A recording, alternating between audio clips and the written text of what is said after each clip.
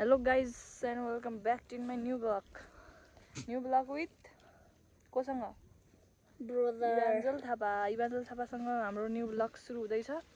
अनि म चाहिँ अस्ति दैलेख खाएको थिएँ, अस्ति भन्नाले हिजो back to back Surkhet Dailekh Surkhet चलिरहेको छ हाम्रो।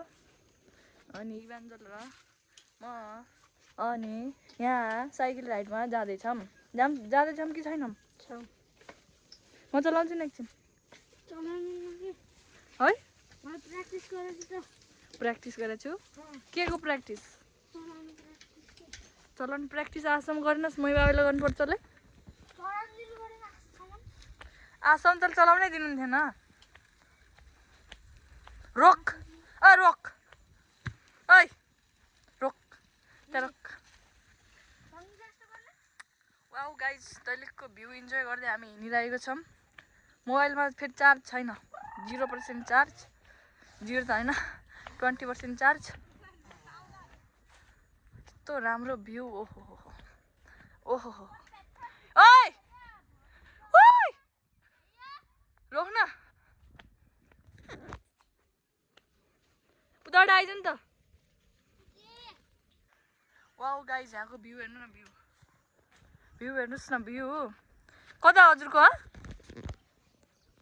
रोक्नुहोस् हजुरको त्यो खै लाइसेन्स बिल खै? सर छैन। सर भनिस् फेरि? म्याम छैन। म्याम होइनमा यस्तो राम्रो भ्यूमा तैँले यो साइकल खै? तेरो लाइसेन्स खै? के लाइसेन्स खै तेरो? सर साइकलको लाइसेन्स हुन्छ र? हुन्छ त, कसो हो? तर थाहा छैन, नाटक गर्छ। तैँले दारू पनि खास् क्या? यहाँ फुक हेऱ्यो 101% आएको छ। तैँले के कुन रक्सी खाएर आइस् भन् त? तैँले के खाइस् आइस्? सर मैले लोकल आएर। लोकल खाने तँलाई? आजभोलि नयाँ चल्या थाहा नि तँलाई?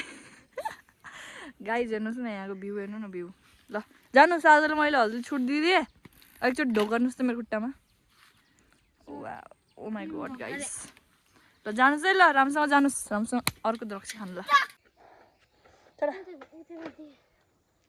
1 2 3 अनि त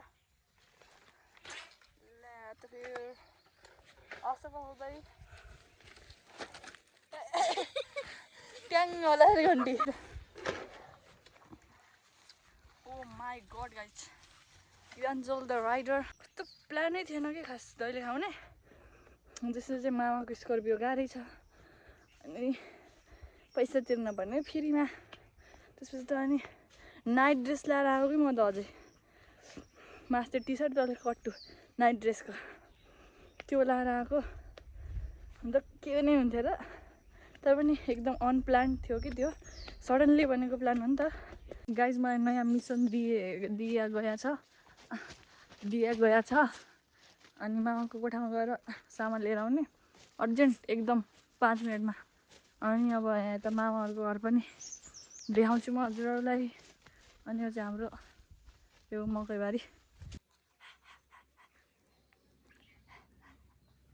छि कस्तो फोर्यो क्या तिमी? छि छि छि छि छि छि छि छि। पोज त दे, एउटा पोज दे।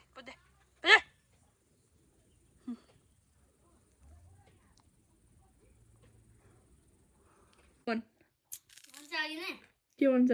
सुर्दै भन्नु के अरे पहिलो दिन लप्परेको दिन पुरा केटाले पुरा भेज बिरयानी लिएर प्याक गरेर आउँछ। अनि केटीले यस्तो भन्छ, के केटाले खाऊ न खाऊ भन्छ, म खादिन यति त धेरै हुन्छ भन्छ। खाऊ न खाऊ भन्छ केटाले, मेरो पेट अगाडि तिमी खाऊ भन्छ। अनि त्यसपछि यस्तो भन्छ, के अरे लप्परेको 1 महिनापछि पुरा भेज बिरयानी राखेको हुन्छ। यस्तो हुन्छ, म हान्छु पुरा यत्रो प्लेटमा लिएर आउँछ।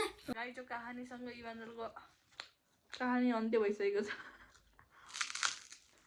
के खान्छ हस्बेन्ड? ढुङ्ग्रा केबाट बन्यो भन् त? मकै पिकनिक हुन्छ, चुप्रा हुन्छ। चुप्रा घुम्ने हो र हामी? चुप्रा घुम्दैन। त गरौँ कुरा के कुरा गरेर आएको थियो स्कुलको हामी जे पनि गर्दैनौँ है।